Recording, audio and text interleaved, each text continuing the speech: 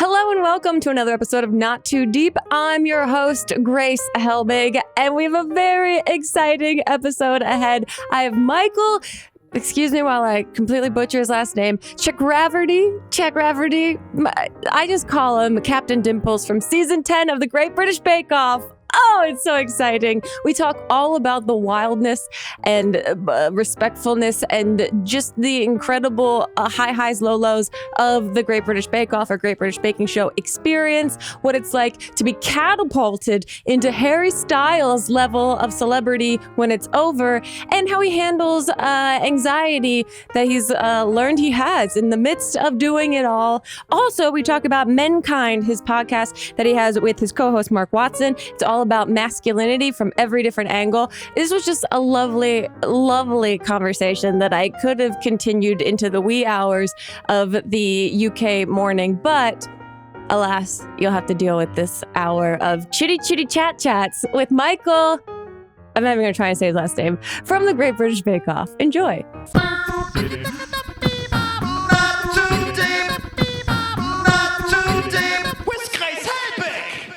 Okay, Michael, let's get into this. I am such a huge fan, and I have yet to talk to anyone from the GBBS franchise about all the secrets, wonders, and mysteries of the GBBS situation. So, are you going to say both abbreviations every single time? What's the difference?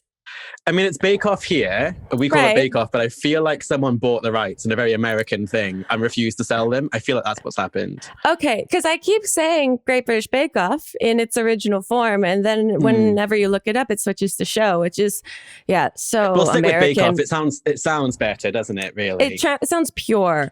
Okay, Michael, let's talk about you and baking. When did this start? I don't really remember. When did the problems begin? Your baking has affected me in the following ways. Like when I was a lot younger, it was my mum that taught me when I was in the kitchen when I was younger. And it was something we did together. Mum was always the kind of cook in the kitchen, the baking kind of person. When my dad got involved, like there'd be like stains on the walls. So it was generally mum that was in there. And I just really got involved with it, really enjoyed it. Looking back, it wasn't like very good baking. I mean, I would just turn the temperature up like to 200 degrees to get it done quicker. See, that's my assumption. And now, watching Bake Off, I've learned that that's incorrect. And instead, I need to get a metal pan and just do this until something is cooked. The Bake Off flap does not work. Can confirm. Really? Absolutely fucking useless. It looks aggressive and like fun because it's always done in a moment of pure stress and desperation. And so it looks like a MacGyver move of like, I don't know what to do. I'm panicked, but I'm still a pleasant person. So this is all I can do. Whereas, do you know what? Like the flapping comes from previous seasons as well. Like none of us do it innately. It's like we've seen them do it on the TV before. So we're like, surely this will work. And it never fucking works. And it'll carry on in perpetuity, but it's still a problem. Like it's not. Right. Until someone develops some new technique that catches on and everyone starts doing it. Well, so you were on the 10th season in 2019 of Bake Off. Now, what is the audition process like? Is it like Drag Race? Do you make an audition tape? Do you say like, hey, Star Wipe, here's me cooking in the kitchen? Well, no, the audition process has changed the year after us. So people now have to submit like a self-tape, which not like the Star Wipes and all that, just like hi, I'm Michael, I love baking, and I have 3 interesting facts, and that's the end. But like, I wouldn't have auditioned if it was that. Really? Oh my God, seeing myself on camera is like the worst thing in the entire world. Like, why do I shout all the time? Well, I loved you so much on the season because it felt like you were Jim from The Office, like making asides to the camera all the time. Like you knew exactly where the camera was, and everyone's temperament is very mild. And so you had a slightly above mild temperament, and it seemed like thank a you so wow. Much. Gonna put that on my Tinder bio, Anna. Slightly above mild temperament. It's not actually the camera that you're aware of. It's it's the producer. So like the producer tends to like put their face beside the camera, which is like a strange thing to think about because they're always like this. Right. But like they put their face beside it so that you look to them when you're talking. Gotcha. The only time you're aware of the camera is like you'll be doing like a technical challenge and you'll have like discarded like a whole pile of pastry, and the camera will just like zoom in on that pastry, and you're like, oh. Oh, yeah, but they're like, picking up all the things that you would never recognize in your own kitchen. Okay, wait. Yeah. So your audition process then was just like submitting like an application. I wish it was just that, Grace. It was like a 12-page application form at least, and like you fill in your details about your life, and then it's like biscuits, and you have to like talk about your favorite biscuit, your least favorite biscuit, all the biscuits you've made, show them pictures. What biscuits haven't you made? Why haven't you made those biscuits? What do you think about biscuits in general? And you do that for cakes, you do that for desserts, you do that for meringues, you do that for pastry, you do that for patisserie, you do it for everything. Wow, it must have like forced you to think about baked goods I've never thought about it. In that way before. It was one night and I shouldn't say this, although I've left that job now. I was at work and I was like really bored, nothing to do. So I spent like 3 or 4 hours on it, just like uploading from Instagram. And then, there's like endless rounds of phone calls and in-person auditions and psych tests and this and that. And I applied in October and I found out I got on the show in March. And then we started filming in April. So it's a long process. Which I think they must be doing on Zoom this year. I mean, like, good luck to them. Ooh. I assume. I know. So you had been baking and uploading to your Instagram before all this. So this had been something like, this wasn't like I kind of do this, let me pretend I do this so I can get on the show situation. So I stopped baking when I went to uni because like everything was sticky. And like not into that, and I was busy coming out. There was plenty going on, Grace. I was too busy. You had a couple other things, And then I moved to my new job. I got a new job, and I started really struggling with anxiety and depression, and like finding that all that stuff really grim. Those things aren't fun. I'm friends with them. They're not fun. Oh my God. I was literally prescribed exercise by the doctor, which is the worst thing that's ever happened to me. Actually, no, it's not the worst thing that ever happened to me. I got really into it. But like the time she was like, you can have pills or you can like start running. And so I chose the running. But I also chose baking. And that's great. It sounds really bizarre when you think about how I suddenly made it into this very stressful environment, but it started from like a very kind of mindful place, like following a recipe. You can't really focus on anything else because you've got to focus on this thing. And then by the time you get to the end, you've produced something, hopefully. And if you haven't, have a cry and start again. And it's like, it was really great for me and that was really wonderful. And then I baked along with the show the year before I applied. So like each week it would be like bread week. And I was like, I'll do a bread. Yeah. And at the same time I was going to therapy. And then therapy ran out because the NHS is underfunded in Britain. Yeah. Oh no. It's like, we've unearthed all these things and now you have to go out on your own. Good luck. Good luck, baby bird. Get out of the nest. But at the end of that therapy, it was all happening around the same time. My therapist was like, you keep saying no to things because you think you can't do them. So why don't you start saying yes to things? And I was like, I say yes to everything. What are you talking about? Because I was really open to that kind of conversation. Not defensive at all. But then it did sink in. And like, so I'd finished baking along with the show. And then at the end of like episodes like 8 onwards, I think, when it's on air in Britain, there's like adverts at the end being like, oh, you should apply for Bake Off. And I was watching it with my friend, and my friend was like, oh my God, you should apply for Bake Off. And I was like, no. And then I was like, oh, fuck. Oh, fantastic.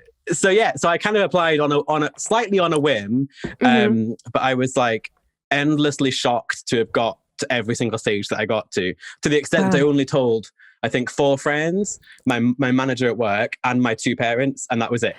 Wow. I didn't tell my brothers. I didn't tell any of my extended family. I told no one. My brothers found out halfway through the season when we were filming because my mum was like, I can't not tell them.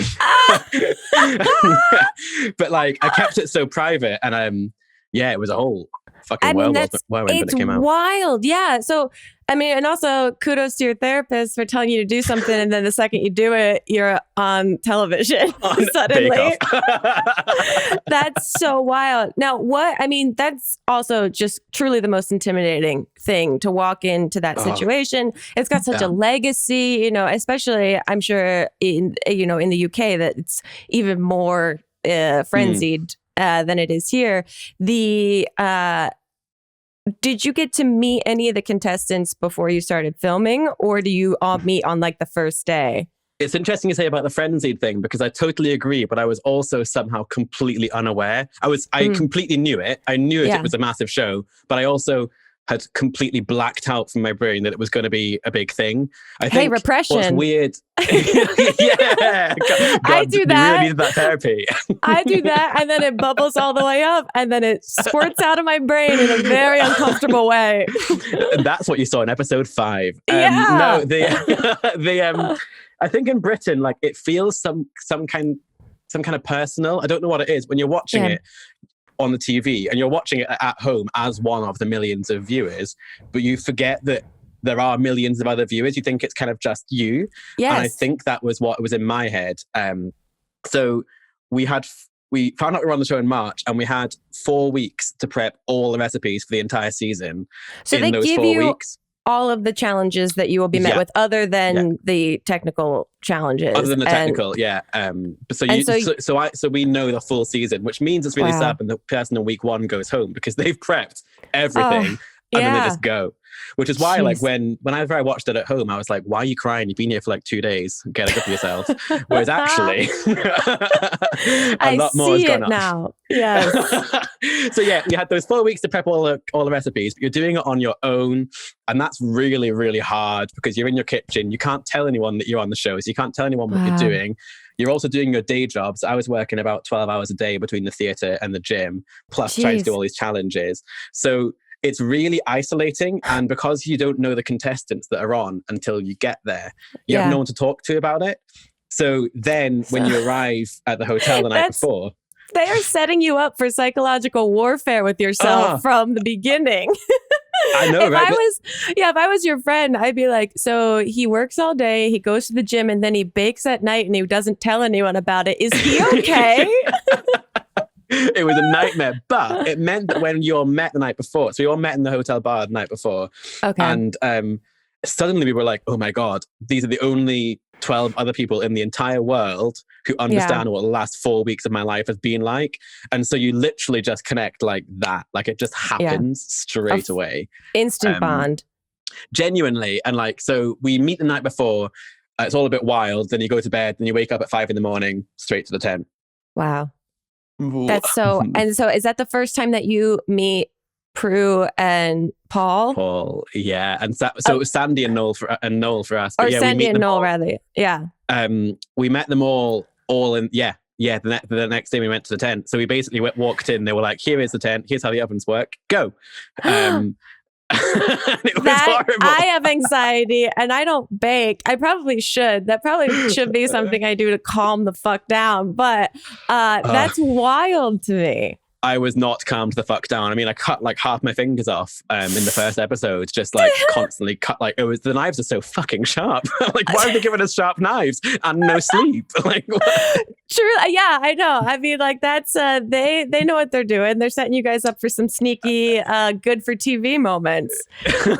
And they got him. And I've literally got physical scars. I mean, it's an audio podcast, but I literally have scars on my hands because of that first episode. Emotional and physical scars. Thank you, Bake Off.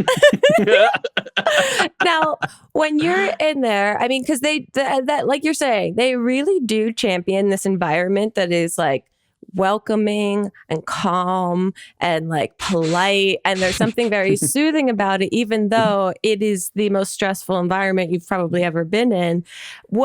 I'm so curious, first of all, I have to ask you. You already asked me about whether this is a question, but it is one of my number one questions. Why are you all wearing the same clothes? What's going on? the most asked question I've ever, like, honestly.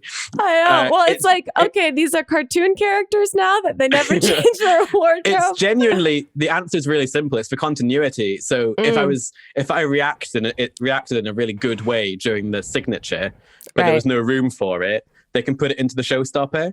And I mean, a really good example was the signature from the first week when I cut my hands up into tiny little pieces, and then I left the tent, and I was like sobbing my eyes out down the camera at this producer, like slagging myself off so much that I made the producer also cry. It was a great moment for everyone. But like I was literally in bits, and then I watched it back. And like my little vox pop, my little talking head, immediately after that challenge, I was like, well, that went well, because they'd cut it from the next day. Oh, okay. I see. I get it now. Okay, that makes sense. But we don't get a washing machine. So you do have to wash your clothes in the sink in the hotel the night before, like in between. What? This show is like royalty. I would assume that they'd have nothing but the finest setup for everyone and be like stripping the clothes off your back and washing them for you and delivering them perfectly pressed the next morning. Some people bought 2 of the same clothes so they could just wear the same thing the next day. But there was one week where we had to make these, I mean, I have Indian heritage, so I can say it, awful, disgusting Indian sweets. And they're made of, like, you have to boil milk for like 4 hours. So like our clothes just like smelt of milk. Oh, fun. And like, you know, when you're wearing glasses and like you got like steamy water and the steam fogs up your glasses, it was that but milk, and like it went kind of crusty around the edges. So like there's me like scrubbing my glasses in the sink and washing my things in. Oh, it was not the one. So glamorous. I know, very humbling experience, it sounds like. My other question is, how frequently are you baking? Are you guys shooting episodes like once a week? Or are you shooting like back to back to back to back to back? Do you get time in between to like go? I know this previous season, they were all, quarantined together the whole time, which adds a whole nother psychological fuckery level to it. I really want to see that reality TV show, right? Right, the Real Housewives of the Bake Off bubble. Like, I would love it. But are you guys in your season, were you able to like decompress and go off the set in between? Decompress, good one. Very good. Very good. Funny. I mean, ever? So we would film Saturday, Sunday. So you're filming about 15 hours Saturday, 15 hours Sunday.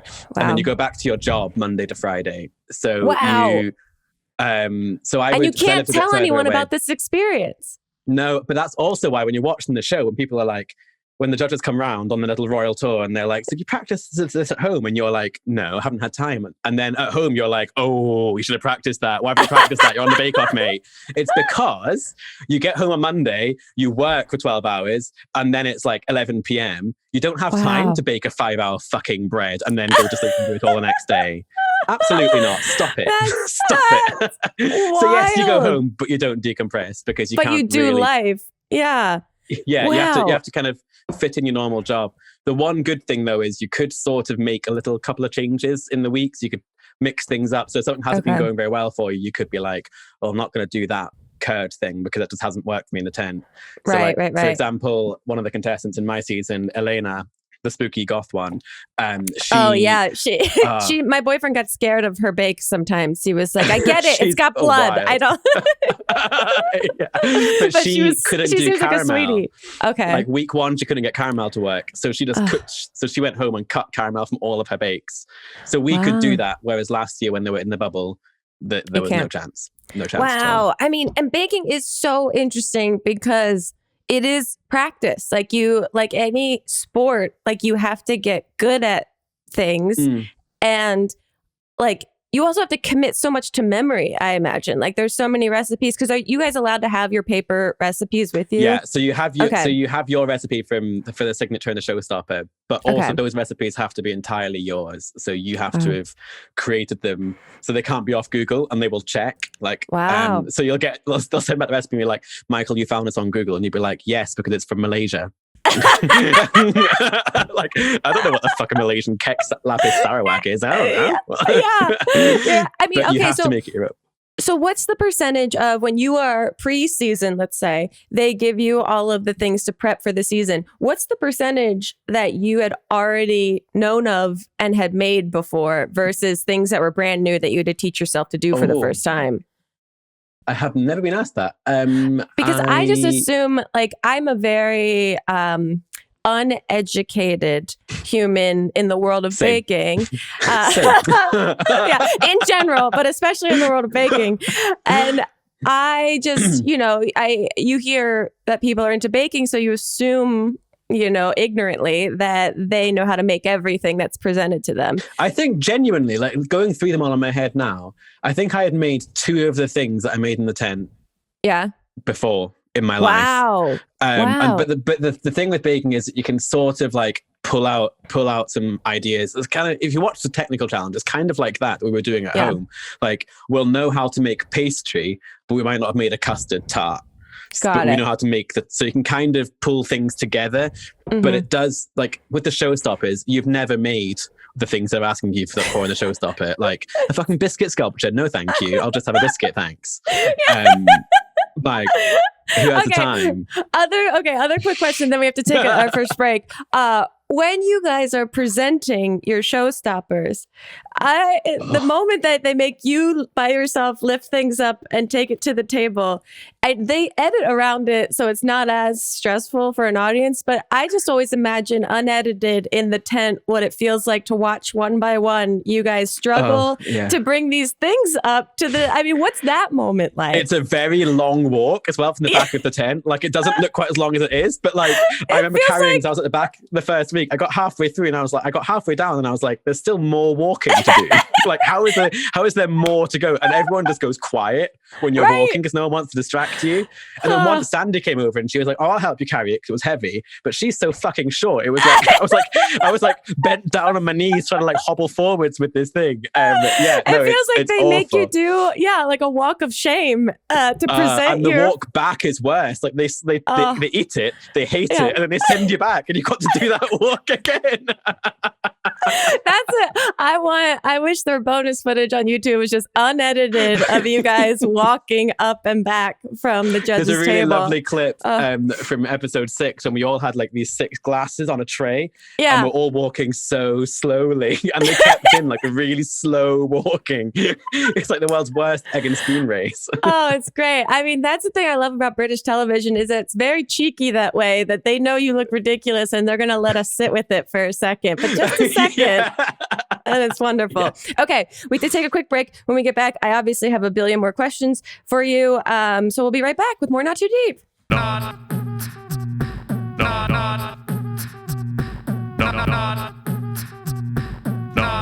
Too Deep with Grace Helbig. Hello, listeners. Grace Helbig here, wanting to say 2 things. A big thank you for listening to the podcast.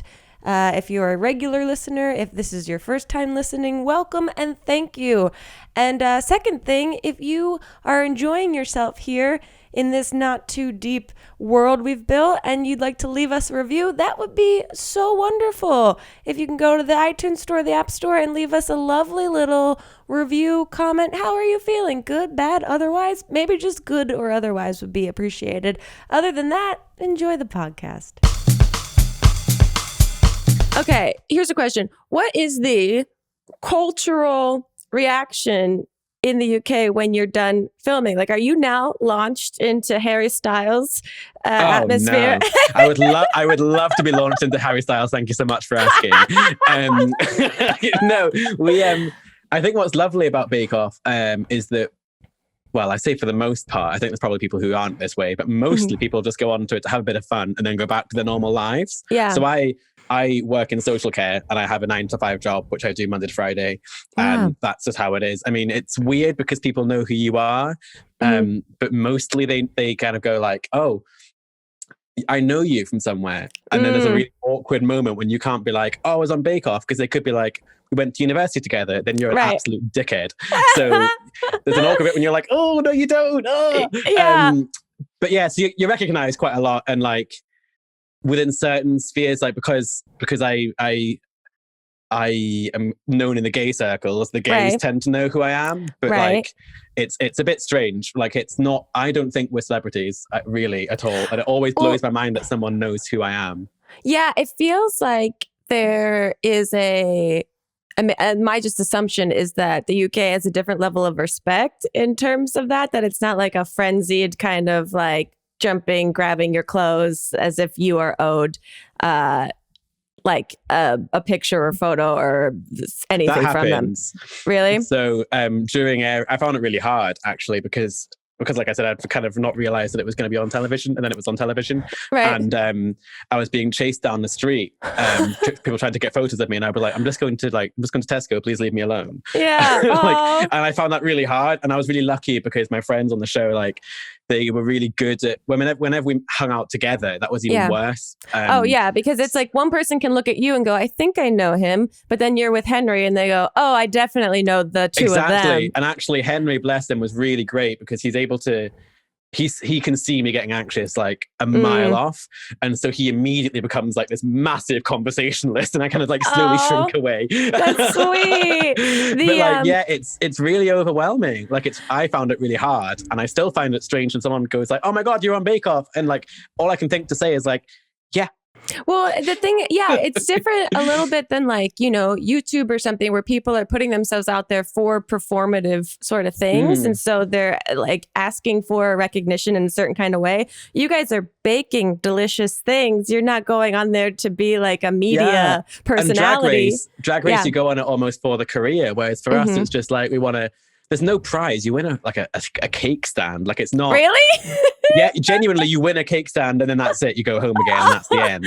Everything is so humble. Yeah, like it's not about that. So it's really strange when people come out at the end and they're like, "Oh my God, when you do a cookbook?" And I'm like, I don't know. I wouldn't know what to write. Like I just say Google it. Like I don't know. Like, it's wild. Okay. Other questions quickly about why is the tent so hot? Because it gets sunny. I mean, do you know how weather? I've heard. I've outside. I haven't been out. I haven't been there in a while, but I hear things. It's weird because they can take the sides off the tent. And if they take the sides off the tent, it gets really windy, so all your ingredients blow around. Got it. And they can't have AC because of audio, I assume. Pass. I don't actually genuinely know. They don't have dishwashers. They have two people out the back scrubbing because they can't have dishwashers because of the noise. Oh, no. But if you think about baking, like temperatures in the oven are generally 180 degrees. And if you've got 12 ovens that are on at that temperature. Miserable. Like bread week, it was so hot in our tent that our bread would prove in 30 minutes rather than an hour. And it just plays havoc with you. But all your ovens are at 250 degrees. So of course it goes wild. No fucking doy that you had a panic attack. Like they are putting you in an environment that is creating the sensations of a panic attack. Yeah, honestly, it's and like the panic attacks that I had was over a deep fat fryer, which I'd never used before. And we had to make beignet soufflés. I still don't know what they are. Sure. Basically like choux pastry that's deep fried. And I can do choux pastry at home, but like when the recipe just says make choux pastry, you go, what the I don't know. You forget everything. Yeah. So it wasn't working, and what happened was my brain was already stressed and like a high state of anxiety, and I tried it 3 times, it still didn't work. And I think what happened was I started to kind of, if you go way back to why I applied, I wanted to apply to prove to myself that I could do more than I thought I could. And here I was on national television proving to myself that I couldn't. It's literally a recipe for pure anxiety panic. But what Bake Off does is that they don't want that. So like if you watch that episode, if you watch like the X Factor or anything like that, it would be really hyped up into this huge storyline. Whereas Bake Off were immediately trying to pacify and sort and make me feel comfortable and make me feel safe. And they showed a lot of what happened, but they did it in a really nice, gentle way. And like Noel and Sandy came over, and Noel was busy trying to get me to lead the tent, talking with you mindfulness. Like they were all really great about it. So it wasn't this hyper competitive thing. Like imagine someone having a panic attack on Drag Race. Like huge the GIFs and GIFs, the memes, all of it. They would be memed like crazy. I know. Take a side. Make a decision. I hear choosy programmers choose GIF, so that's what I've always said. But I get immediate backlash for it. So. Same. I'm with you. I choose GIF, but I get attacked. So it's the internet's a really fun place sometimes. I didn't have Twitter before Bake Off. Like Twitter really? was a new thing for me. Yeah, I'm still learning. Now, okay, are you Henry and David? David. He's not a Dave. He's not a Dave. Dave can bleed a radiator. David cannot. Now, were you guys, obviously you seem like really close friends on the show, and I believe that you probably were. Yes, no, we absolutely were. Yeah, David got to the final, and Henry and I did not. And so we spent between when we got eliminated and the final helping him bake in his kitchen. Like we were trying to practice with him and stuff. Yeah, we're really that's so sweet. The least laddie lads club, I think we got called. Yeah, I know. I loved it. That was so fun. And we're really good friends. Yeah, Henry's literally just been texting about something. Oh, classic Henry. Henry. I have to admit, so my boyfriend's name is Elliot, and Henry looks exactly like Elliot when he was like 10 years ago. And so the whole season we called Henry Lil Elliot the whole time. That's so adorable. Henry's only 21. Isn't that disgusting? He's a little. That is gross. And he, has so much time to be corrupted. It's wonderful. Now, after, it must be, so this whole thing is a whirlwind. And then you come off of the show. You finally tell friends and family that you're going to be on the show. Who are all livid, by the way. They're like, why the fuck didn't you tell me? Yeah. So what's it like now then watching yourself on the show? Was that difficult? Was it fun? Was it everything? It was exciting, 100%. Yeah. The problem with the weirdest thing about it being on TV is that you know what happens, but no one else knows what happens. So when they're all like, "Oh, I'm rooting for you," you're like, "Oh, please don't." You will be disappointed. Choose someone else. It's horrible. And I knew that there was. I cry a lot. Like it's just who I am as a person. I'm a crier, and I knew that there was crying coming.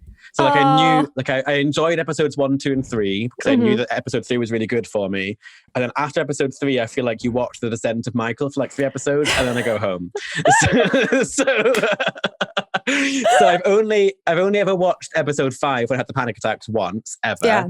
But I enjoyed it mostly. Like it was fun overall. And I really. Like, I think I spent the whole year after it was on TV, I spent the whole year, like, trying to find that high again from somewhere. Like, because it's the most stressful thing you'll ever do in my entire life. And it's the most huge thing I've ever done in my entire life. And it was all those things. And it was so brilliant. And the time and the people and everything was just perfect. So I think I spent a lot of the time kind of chasing that for a long time. And I think... I think it got to a place eventually when I was like, actually, it was great for what it was. And I've kind of closed the door on it a bit now, which is great. That's great. Yeah, I can relate to that a lot in like digital creation that like you have a couple good years and then you chase that feeling over and over again. And then you stop yourself from actually growing if you keep trying to go back in time. And like for this experience, there's a very small group of people in the world that have been on that show that can relate to what you're doing. So you don't have a blueprint for like the way you're supposed to readjust to society after it's over. No, not at all. And also like there isn't really a kind of planned out career at the end. And some people go into it wanting that career and that's not a problem. That's what they want. And some people don't. But then there's kind of this weird thing where if you hadn't thought about that, like in my case, I hadn't really thought about the other end of it. Yeah. I couldn't. My brain didn't have enough space. But like got to the end and I was like, oh, what should I be doing now? And then I joined Twitter during the show and I was having to try and negotiate, like having to learn how to manage abuse on there. And then Instagram had taken, like I went from 281 followers and I now have nowhere near as much as you've got, but like I've got a considerable platform, which I don't really know what to do with. I'm like, hi, what do you want from me? Like, why are you following? Like, hello, how can I make you happy? I will be your puppet. Let me know how I can perform for you. Yeah, because you're like, please love me. Please don't leave. What do you want? But also, don't get too close. I don't want to show you my whole life. So like, stay at a safe distance.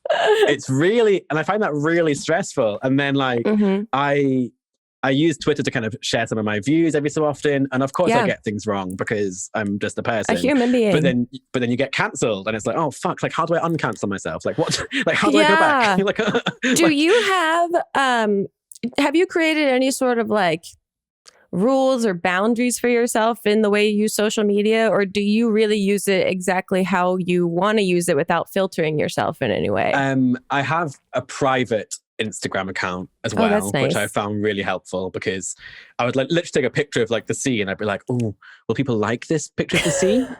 or should it be a different picture of the sea? So now when I have my own account, I can just do what I want with it. That's but good. Twitter I find really hard because I really don't like the idea of closing my DMs, which sounds ridiculous because that's where I get all of my abuse. But but like I feel like if I say something wrong, I would like someone to be able to tell me why it was wrong so that I can learn. Educate you. Yeah. Exactly. And education doesn't happen in the comments on Twitter. Education, like in the comments on Twitter, it's like, you're shit and die. Like that's all they say really in there. And so I think the DMs is a good way of me learning, and I have learned in the DMs, but then I also get the your shit and die in the DMs as well. So I don't really, the only way I can really manage it is by taking breaks. Every so often when it gets too much, I'm just like, I'm off, see you in a week, bye. And I go away again. But I don't have a technique for social media. I don't know how it works.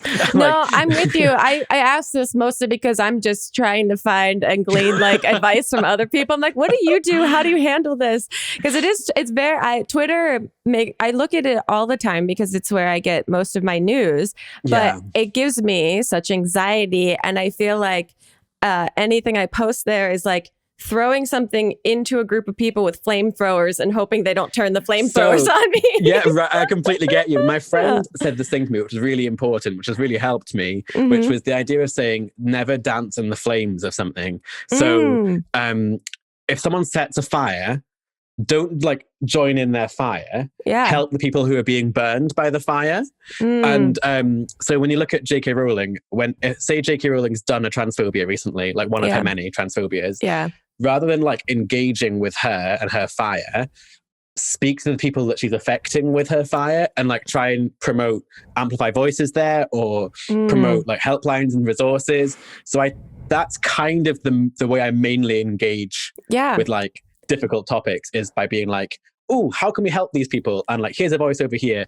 And then I also use it to be thirsty over people like John Ossoff because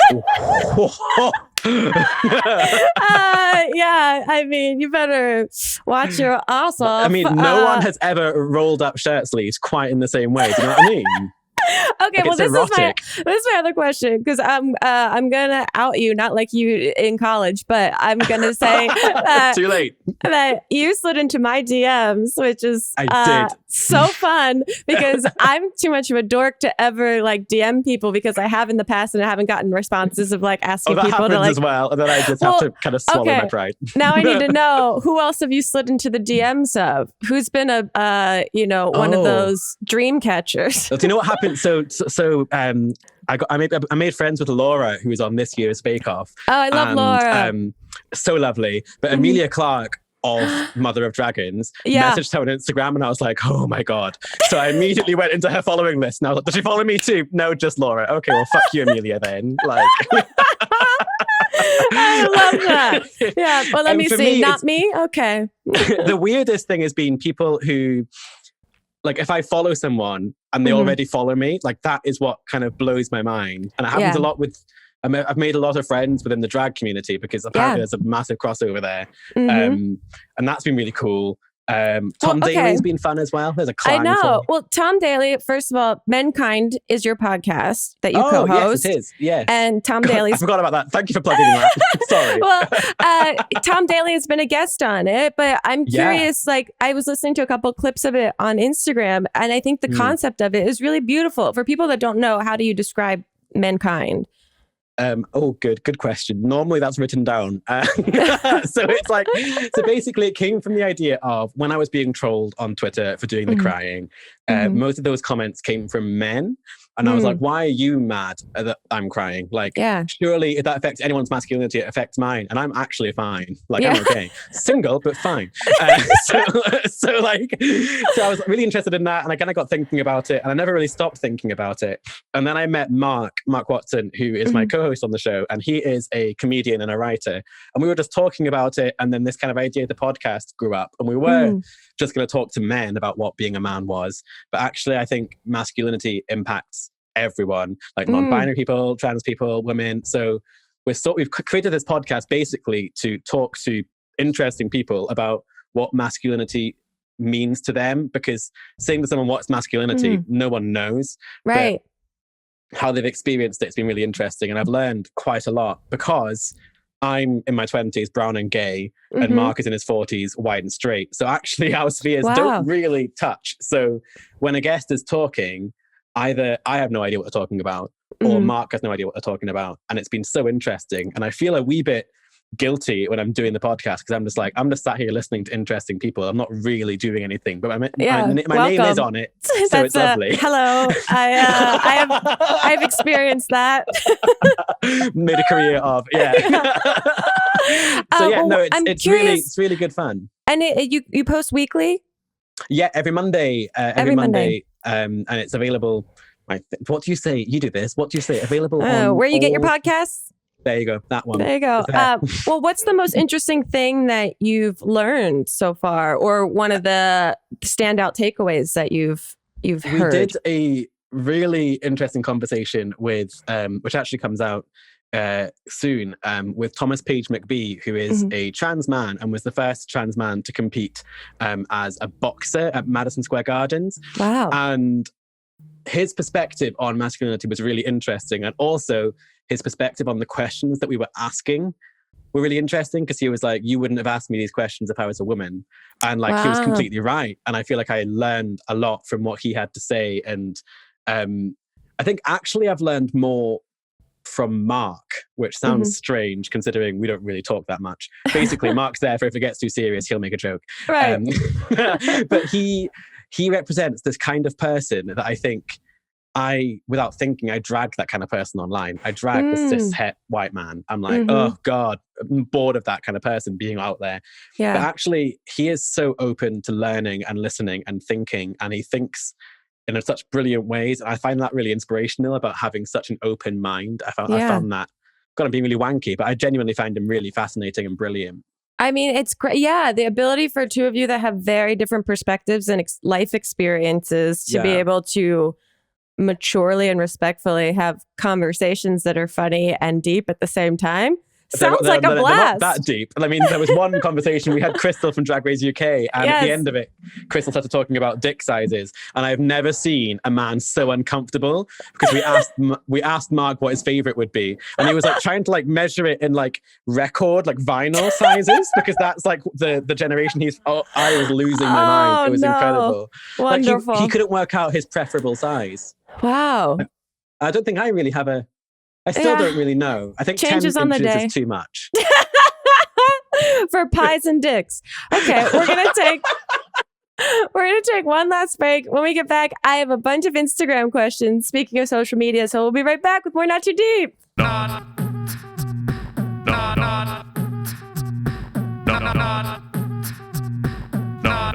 Too Deep. With Grace Helbig. Okay, Michael, before we get into these Instagram questions, I'm going to ask you the two questions I ask every single guest that's on the podcast with me. And the first is, who, alive or dead, would you most like to throw cold spaghetti at? I feel like it's a bit cruel if they're dead. Like, it's been a bit shit for them already. Yeah, it's true. Are we going like personal life or like the world? This is entirely up to you, because I assume that no answer to this question is permanent, that this is the kind of thing that, you know, will switch up on the day depending on what your mood is. It can be a like personal vendetta. It can be a celebratory kind of. Where will it hit them? Like, is it facial or is it I don't know how you throw spaghetti, sir. So wherever you throw it. Have you thrown spaghetti before? If I have, I don't remember, but I'm going to say like Probably. I feel like it won't stay together. It'll just kind of like, you'll only get like one strand that slaps them across the cheek by the time it gets to them. That's I mean, very like, true. obviously, I would say like an ex or something. Okay. Like every man called Tom is a fuckboy. Just so I've said it. Oh! All of them. I'm so sorry if you're a Tom. Chances are you're a fuckboy. Oh! But I think Boris Johnson deserves it the most at the moment. That's a great answer. Yeah, I'd throw it from an appropriate distance with a mask and all that stuff on. But there you go, just to prove a point. Okay, the other question I ask every single guest is to tell us your worst pants shitting story or like a bathroom emergency situation. But you can only use 3 words or 3 small phrases. And mine, for example, as always, is college jogging front lawn. I don't think it's happened that often to me. Wow. What's that like? It's often like it's generally quite an occupational hazard for my circles, but or any kind of, I think restroom I have emergency. one. I was younger. I think I'm going to say MSN. Okay. Crush. Okay. Oh. Like surprise or shart. Oh, okay. The third one. I just remember it being very warm. It was horrible. That's when you realize, do I ever have actual control of my body? This one tool that I'm stuck in works against me. It's a kind of grounding thing, though. Do you know what I mean? We all do it. Truly. Yeah. Well, okay, let's get into these Instagram questions. Someone wants to know, is Paul Hollywood just as stately in real life as he is on television? I think he's shorter than I expected. Okay. He loves silence and to make you feel bad. I hate that quality in people. I hate watching people eat anyway, but like when they're making eye contact with you, know it's shit, they know it's shit, and he's just saying nothing. Like, that's horrible. His hands are a bit clammier than I expected. Okay. Maybe I made him nervous. I don't know. It's possible. He's so tan on television. He's more tan in real life. Okay, that's what I assume. Okay, someone said they love your cameo in the Drag Race UK tour. Fun. Oh, yeah. And they're asking, would you ever do drag? So Blue Hydrangea has been telling me that she's going to put me in drag for a long time. Henry gave me a good drag queen name, which is KitchenAid, which we like. We love. But we were gonna do it, but then lockdown happened, so not. But maybe one day. I've got quite a square head, and I don't know whether that would work for me. I used to get called Tan Face Squarehead when I was younger. That was my nickname. Isn't that awful? Like SpongeBob SquarePants. Oh, it's not even clever, really. It's just like a description. Factual. Yeah. This is what you... Ow, that hurts my feelings, I guess. Someone wants to know, what is one challenge from any other Bake Off season that you would want to do? The cake busts from this year's season, because it was the best carnage I've ever seen. I mean, I'd be terrible at it. I loved it. I was like, when that was the first episode, I think. Yeah, when they did that, I was like, oh, they don't give a shit about these bakers. They're making them do insane things. David Attenborough falling over and staring at the ceiling is all of us in 2020, isn't he? I love Laura, but her Freddie Mercury cake killed The Pringles me. Can Man. The Pringles Can Man. Okay, yes. Oh, it was wonderful. So I wouldn't be good at it, but I want to do it because it will be funny. Yeah, absolutely. Who would you make? Do you know? I think the easy thing would be to do it like maybe like a RuPaul, but like we don't love RuPaul. Right. I don't know. It's one of those towing the line of like, how much can you fake that you love this person because they're just easy to make out of cake? Well, I wonder, I might do Matt Lucas because he's bald, doesn't he? He's not got very many features really, apart from eyes, a nose and a mouth. So I might just do him. That sounds great. Someone wants to know, who eats all the food that's made on the show? The crew. I mean, they literally have forks in their pockets. So like you'll wrap filming and they'll just like descend. Like they tend to take like one slice back to the baker's room after. Yeah. But we don't generally want to eat them. We're kind of tired of them by that point. So Right. we'll eat the ones that got good reviews, but we'll leave the rest. But yeah, the crew eats them, and anything that's left over gets taken home by the crew as well. Like, oh, that's great. So yeah, it just doesn't no all waste. go to waste. That's great. No, unless it was shit, in which case it goes in the bin. And then when you watch a hungry crew member not eat your food, you're like, okay. Someone wants to know, does Noel ever act like a grown-up? I hope not. No, the producers literally have to hold his hand in between takes because he'll wander off. Really? Yeah, like they hold his hand and like release him to you, and then he doesn't leave you. You have to be like, "Can you take him away? Like we're done now." Oh, Like, I don't want. He'll Yeah. be like, "Michael, do you dream in color?" And I'll be like, "No, I'm actually really busy. Yeah. Like I don't have time." It I seems love the like- man so much. Well, that's like this season was killing me just imagining the fact that they all had to stay in quarantine in between everything, that I'm like, they're losing their minds. And we get to My watch. favorite thing is when you can see a baker who's just like, "Leave me alone, leave Yeah. me alone." Please. But they're also like, "This is Noel Fielding, so I can't tell him to leave me alone." So like they're kind of like, yeah, ooh, Oh, go. I love it. Okay, someone wants to know, what would you recommend to someone trying to start their own bakery? Pass. I don't have one. I don't know. Get a shop. I mean, maybe go to an estate agent and get a shop. Or There maybe you go. not. Can you do it on Instagram now? Maybe, probably. Maybe get good at baking. Maybe that's like the thing you should do That's first. step one. Someone wants to know, what's your recipe development process? I go to Google Mhm. and I type in the title of the thing I want to make, and then I look up the recipe, and then I do it. Perfect. No, that's not true. I tend to get halfway through a recipe, then I kind of stop paying attention to it. So I start with a recipe, and then I kind of go, "Oh, I'm going to add this instead, or I'm going to add that instead." So I end up just kind of creating something by the end, which is annoying because when I've created the thing and it's really nice, I don't really know how I got there. So it Right. takes like a lot longer to like unpick how I got to the end. So Perfect. So yeah, you it's are not the best. yeah, advice. you are your own worst enemy. Honestly, like I'd be on the show and I'd be doing my bake, Mhm. and they'd be like, "So Michael, where's your recipe?" And I'd be like, "Oh, about halfway through, I wouldn't know where it'd be, like underneath a pile of like offcuts and things." And they'd be like, "So when did you last look at that?" Like, "Oh, 20 minutes ago." You can roll the cameras back and find out. Yeah. So a lot of people want to know, what is your favorite thing to bake at home?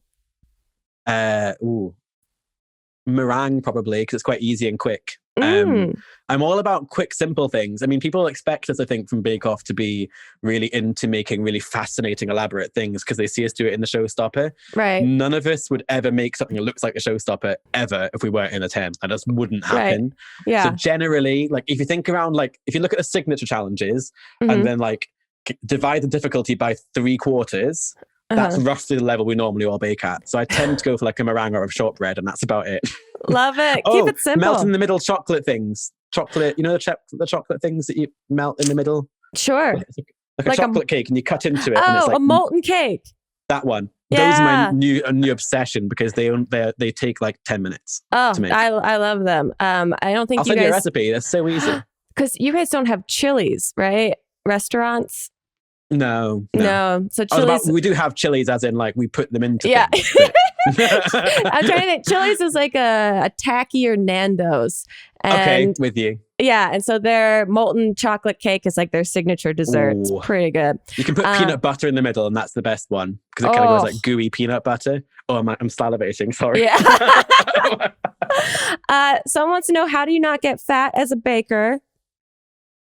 You don't. I mean, I'm an exercise. I'm a fitness instructor, which helps. But That's great. you put on the weight. Actually, I find that I bake something to prove I can bake it. I'll Mhm. eat one slice of it, and I'm like, no, thank you. I don't Good really for want the you. rest of it. I just want to try it, test that I've done it, Yeah. and then be okay with it. During the application process for Bake Off, they'd be like, "What's your favorite thing to bake?" And I'd be like, "I don't have one. I'll make something once. And if Yeah. I've succeeded, I don't want to do it again and fail, so I just won't do it again. I'll take the success and I'll run." I'll run very, very far away. Yeah. Okay, last question. I could talk to you for hours, but we will have to wrap this up. Someone wants to know the best tips for anxiety right now from a friendly US resident who's upset about ... a lot of things right now. Oh my God, a lot of things. Honestly, I think you have to find what works for you, because sometimes even your best coping strategies won't work. For example, over Christmas, the coronavirus rules meant that I had to stay at home. I wasn't able to see my family, and I live on my own. So I was in my house on my own. And then I got tonsillitis for 6 days, and then my cat died. So it was like a really grim moment, and like none of my strategies worked. And in that moment, I just had to be sad for 6 days. And that was what worked for me. I would say if you are having to be like sit in the sadness, I would say tell someone that you are doing that, just so that they can check in on you if things get really hard. But one big thing that I do find normally works, even though it didn't work in this instance, is to imagine a jam jar. And within that jam jar, I'm going to murder this, this analogy. I'm imagining, yes. You picture a jam jar, and in the bottom of the jam jar are lots of little rocks. And those rocks are your everyday things that you have to worry about. And then on top of that is some sand that's kind of trickled down on top of it, and that fills in all the gaps. So you've got this jam jar that's full of rocks and sand. The rocks is everything that happens day to day that you have to deal with. The sand is everything kind of that falls in on your day, and it kind of has to fit in between those gaps. If something is really hard in terms of anxiety, like a pandemic or a racist police force that governs your country, then that goes on top of those things, and there's no more space, and it will pour out of the jar. So what you need to do is to grow the jar so that it can fit those extra things. So for me, I think about exercise, I'll go for a run, and that will grow the jar like an inch. And then if I think about baking, that might grow the jar a bit of an inch as well. And all those things make that jar so much bigger, so that when something drops into it, there's more space for it to float around without you getting overwhelmed. And if you've drawn that jar, you also then have a list of things automatically that if you're starting to feel overwhelmed, I need to go and do some exercise, or I need to bake, or I need to spend time with my dog, or I need to read a book, or whatever. So for me, I think about it in terms of that jar and being like, right, I need some more room to be able to process this. So I need to do something to help me. That's great. But like I say, it doesn't always work. And there's much better ways of describing that if you just Google the jam jar anxiety thing. No, I think that's fantastic. I think that's super helpful. I think creating space for it. I also think, like you said, a lot of my anxiety happens when I have avoided like feeling a certain way, or I've repressed feeling a certain way, and I haven't let myself just take a day to like feel what I'm feeling. And on top of that, what you said about telling someone else, the accountability of letting someone else know is so important, because everyone being isolated, no one knows what's going on with anyone else unless they're told. And so, but choose a friend though, because some friends will be like, oh, let's fix it. And like, you can't, I'm just depressed. So telling a friend who'll just be like, okay, I'll check in on you in like 8 hours. That's like, great. That's the kind of friend you need there. I love that. Michael, that was so helpful. Thank you. And we've reached the end of this podcast, but before we wrap up completely, we like to give a little gift for any guest that makes time for us. And we have a virtual personalized fortune cookie from us to you that I believe got emailed to you. If you'd like to read that aloud to the class. I've never actually had a fortune cookie. Henry Golding thinks your bakes would taste great and would love a bite. Have you been speaking to Jan Sport by any chance? I don't know. Honestly, he is like the ideal man. Thank you so much. Get into those DMs. Now, Michael, where can people find your social media? Where can they listen to Menkind? Where can they find what you're up to? This is why it's really annoying having an Indian surname. I'm going to have to spell it. But it's MS Chakraverty, which is CHAKRAVERTY.